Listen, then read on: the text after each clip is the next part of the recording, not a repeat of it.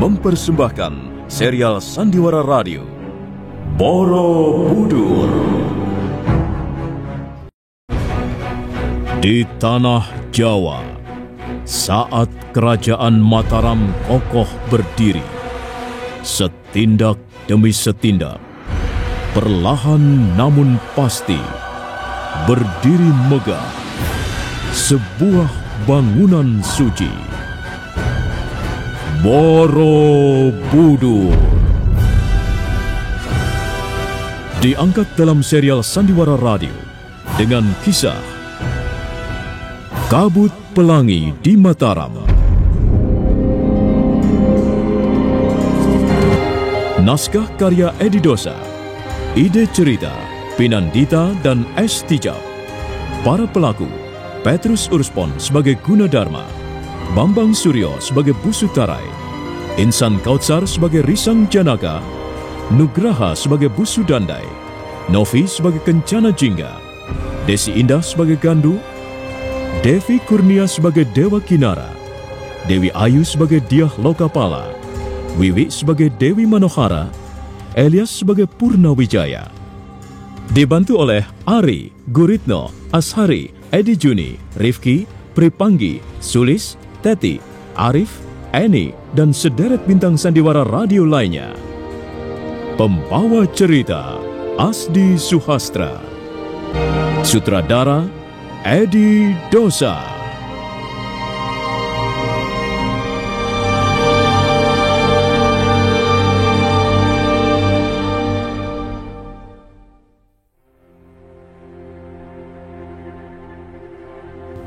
Mereka duduk di lempengan batu calon arca stupa agung. Suasana hening sesaat lamanya. Hanya terdengar serangga malam bernyanyi. Saat itulah jari-jari tangan Gunadarma mengusap pundak Kencana Jingga. Ada apa, Tuan? Jingga, matamu indah sekali. Matamu sendu. Tuan pasti bermaksud merayu saya. Saya tidak bisa dan tidak biasa merayu perempuan. Saya melihat dan mengatakan apa adanya. Matamu sendu dan sahdu, seperti bentangan langit biru. Tapi tatapan sinar mata Tuan Gunadarma jauh lebih menghanyutkan, seperti rayuan maut yang tidak mungkin dielakkan oleh para wanita. Jangan berkata seperti itu. Mengapa? Nanti aku bisa terlena. Maaf, Tuan. Sebenarnya sudah sejak lama saya lebih dulu terlena. Setiap malam saya selalu bermimpi bertemu dengan Tuan Gunadarma. Dan setiap tergagap bangun, bayangan Tuan tidak pernah lepas dari ingatan saya. Selama ini belum pernah saya mengalami perasaan seperti ini. Mungkin perasaan itu pula yang dialami sahabat saya Manohara pada Risang Janaka, sehingga dia mau kabur bersama pemuda tampan itu. Tapi kita tidak ingin kabur, bukan? Tuan Gunadarma, kita mau kabur kemana? Sudahlah, kita tidak mungkin meneruskan permainan seperti ini. Mengapa tidak mungkin? Permainan ini akan menimbulkan bencana bagi hidup kita selanjutnya. Mungkin memang rasanya sangat menyenangkan. Mungkin terasa nikmat dan nyaman.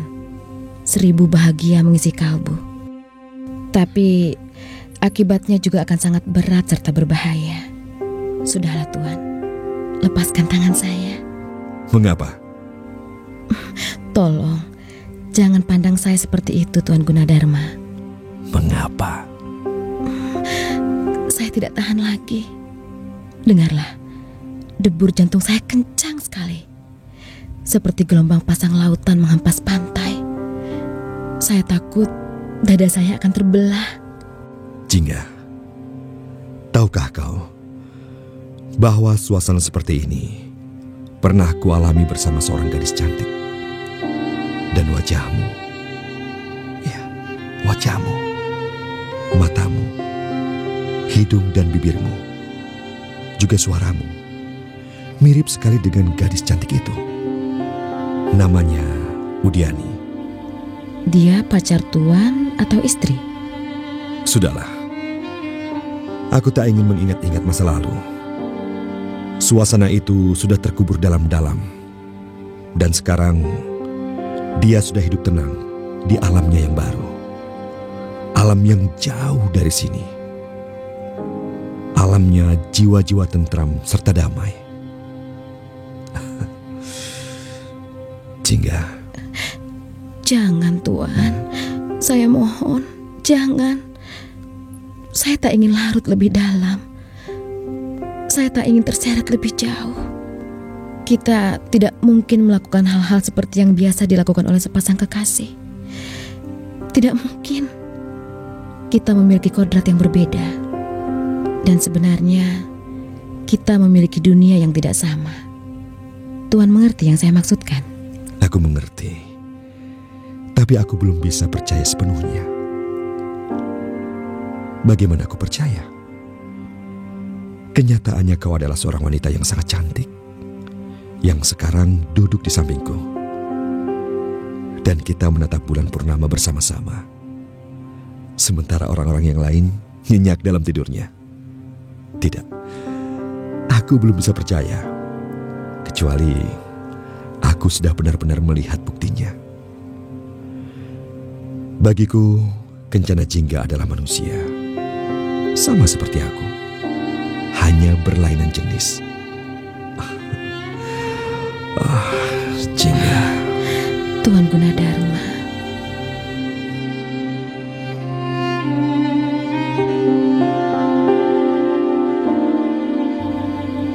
Gunadarma meremas jari jemari Kencana Jingga.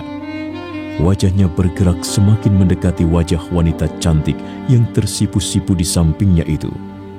Dan wajah mereka semakin lama semakin dekat. Pandangan mereka pun bertemu. Pada saat itulah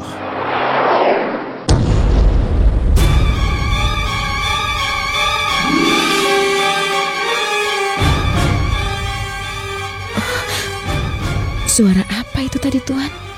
Oh, pukulan jarak jauh. Ada batu kubus yang hancur. Aku melihat ada sebuah bayangan berkelebat di antara pagar langkan itu. Nah, dia melompati tumpukan batu-batu kubus. Mau apa dia ke sini?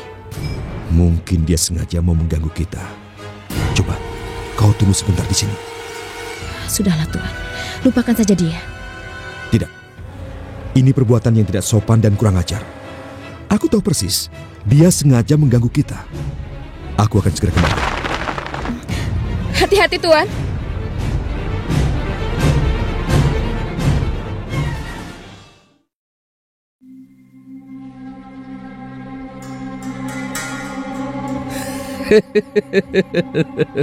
Hei, di mana kau? Aku kenal dengan suara tawamu. Ayo, tunjukkan mukamu. Kau mencari aku, Gunadarma? Aku di sini. Wah, payah Gunadarma. Ada orang duduk di sini kok tidak bisa melihat. Di sini, aku di sini, di belakangmu. Apa karena sudah begitu kasmaran pada perempuan cantik sehingga kau menjadi seperti orang linglung, Gunadarma? Kau datang untuk mengganggu aku. Iya. Aku bertanya sungguh-sungguh. Dan aku tertawa sungguh-sungguh. Aku tahu. Pasti ada yang kau inginkan. Iya, memang ada, Gunadarma. Mana ada orang tidak punya keinginan? Kecuali orang itu sudah bersatu dengan Sang Buddha. Iya. Tapi kalau manusia biasa masih diliputi banyak nafsu, masih dalam cengkraman panca inderanya. Pasti dia masih punya keinginan. Iya, keinginan yang akan membuat setiap manusia seperti hidup dalam sangkar. Dan sangkar itu bisa terbuat dari bambu, tapi juga bisa terbuat dari emas tulen. Tapi yang namanya sangkar, ya tetap saja sangkar. alias kurungan. Cukup. Jangan mempermainkan aku. Jangan tertawa melulu. Aku ingin mendengar jawabanmu. Pasti kau mempunyai maksud-maksud tertentu. Memang aku punya maksud. Karena itu aku datang ke tempat ini, Gunadarma. Baik. Coba katakan apa maksudmu? Ya, Gunadarma, jangan berani-beraninya kamu main-main. Kamu mempunyai tugas yang sangat penting, sangat luhur dan mulia. Karena kamu telah dipilih Sang Buddha untuk menyelesaikan pembangunan Kamulan Bumi Sambar. Memang ada persoalan apa? Sampai sekarang, aku masih bekerja dengan penuh semangat. Bahkan aku bekerja sampai larut malam pada saat para pekerja sudah tidur nyenyak. Tadi, aku baru saja sibuk memahat stupa agung. Lalu, ada persoalan apa ini? Jangan kira aku tidak tahu. Kamu mulai tergoda perempuan, Gunadarma. Iya kan? Kamu akan terseret semakin jauh, Gunadarma. Dan kamu akan terbenam di rawa-rawa penderitaan selamanya. Kamu akan tenggelam di telaga maut. Soal itu, kau tidak perlu khawatir. Aku tidak akan berjalan menyimpang. Sampai saat ini, aku tidak pernah berlaku serong atau menyeleweng. Aku tetap berjalan di bawah bimbingan kaki Sang Buddha. Nah, omong kosong. Aku mengatakan yang sebenarnya, Pak Tua. Aku tidak percaya, Gunadarma. Omonganmu itu seperti barang yang harganya cuma sekepeng. Barang yang hampir tidak laku dijual di pasar-pasar loak. Tidak ada harganya lagi. Baiklah kalau kau tidak percaya padaku. Sekarang, apa yang akan kau lakukan? Apa yang harus kulakukan? Mudah saja. Jauhi perempuan itu. Apa? Perempuan apa? Jangan pura-pura tidak tahu, Gunadarma. Kau pikir aku orang bodoh? Iya. Dirimu mulai terusik lagi oleh senyuman dan lemah gemulainya perempuan itu. Akui itu, Gunadarma. Iya kan? Maksudmu Kenjana Jingga? Iya. Dia datang padaku untuk minta pertolongan. Bodoh sekali, Gunadarma. Kau telah tertipu. Kau kena bujuk rayuannya. Perempuan itu iblis.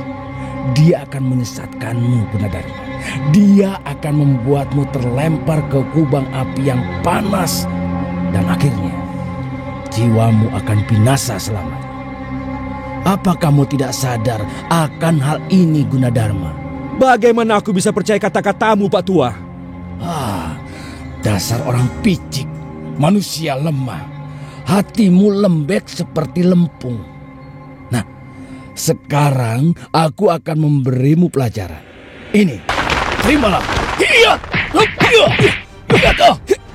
Gunadarma segera membuang tubuhnya ke samping kiri ataupun kanan ketika laki-laki tua, pekerja tua yang sudah sejak lama dikenalnya, menyerang dengan tendangan maupun pukulan beruntun. Selanjutnya terjadi pertarungan seru. Gunadarma terpaksa berlompatan ke sana kemari. Memang tampak jelas kemampuannya lebih rendah dibanding musuhnya. Suatu saat dia tidak mampu lagi menghadapi serangan yang datang bertubi-tubi. Dia terlambat menarik kakinya ke belakang.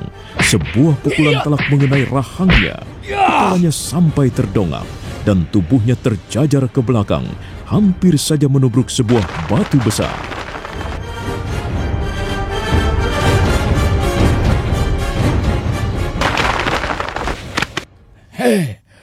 Gunadarma, kau sudah menjadi milik Sang Buddha. Tidak seorang pun diperbolehkan merebutmu dari tangan-tangannya yang agung. Kau adalah sang jiwa dan akan menjadi milik sang jiwa selama-lamanya, Gunadarma. Tidak akan kubiarkan nafsu kembali membelenggu, sekalipun membelenggu itu terbuat dari emas murni. Tidak akan kubiarkan rayuan dunia menghanyutkan pikiran dan hati kecilmu, Gunadarma. Tidak akan kubiarkan kubangan dosa mengotori telapak kakimu.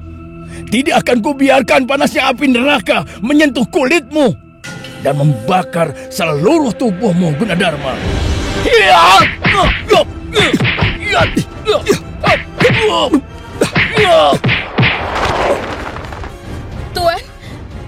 Tuan Gunadarma, Tuan tidak apa-apa? Tidak. Kau telah menolongku. Kalau saja pukulan keras itu tadi tidak kau tepis, entah apa yang akan terjadi. Barangkali Gunadarma sudah terbujur menjadi mayat. Siapa orang itu? Entahlah. Aku tidak tahu siapa namanya. Tapi Tuan mengenalnya? Iya, aku sudah lama mengenalnya. Aku kenal dia pada saat dia ikut bekerja membangun Kambulan ini. Dia salah seorang juru ukirku. Tapi hanya sebatas itu pengetahuanku tentang dia. Selebihnya bagiku dia orang asing, orang aneh. Sepertinya bukan manusia sembarangan. Ada urusan apa Tuan Gunadarma dengan orang itu? Hei, perempuan iblis! Kamu tidak perlu ikut campur. Dan jangan lagi berani-berani kamu mengganggu Gunadarma. Mengganggu? Aku justru ingin menolong Tuan Gunadarma. Menolong? Iya. Menolong apa? Kalau pukulanmu tadi tidak kutahan, barangkali Tuan Gunadarma sudah terkapar menjadi mayat. Wanita jadi-jadian. Jangan sok tahu kamu. Gunadarma adalah urusanku. Kau tidak sedikit pun tidak mempunyai sangkut paut dengannya. Karena itu, sebaiknya kamu segera pergi dari tempat ini. Kau keterlaluan, Pak Tua. Kau tiba-tiba datang dan mengganggu kami. Bahkan kau lalu menyerang Tuan Gunadarma tanpa alasan apapun. Hal itu tidak bisa kuterima. Dan adalah wajar kalau aku di pihak Tuan Gunadarma. Apapun yang terjadi, aku akan melindungi Tuan Gunadarma. Hei, wanita iblis! Kau pikir aku tidak tahu, Kau bermaksud membujuknya, merayunya, supaya Gunadarma terlena dan jatuh ke pelukanmu. Tidak! Iya kan? Sama sekali aku tidak punya niat seperti itu. Kalau tidak percaya, tanyakan sendiri pada Tuan Gunadarma. Dan setelah Gunadarma tidak berdaya lagi, maka kau akan membenamkan ke dalam lumpur rawa-rawa yang gelap. Iya kan? Sehingga Gunadarma tidak akan mampu bangun kembali dan hidup di bawah kaki Sang Buddha. Tapi ingat wanita iblis. Apalagi? Sebelum kau membawanya pergi dari tempat ini, aku sudah lebih dulu memusnahkanmu. Tunggu, Pak Tua. Tunggu dulu. Tunggu apa lagi? Aku tidak punya banyak waktu, wanita iblis.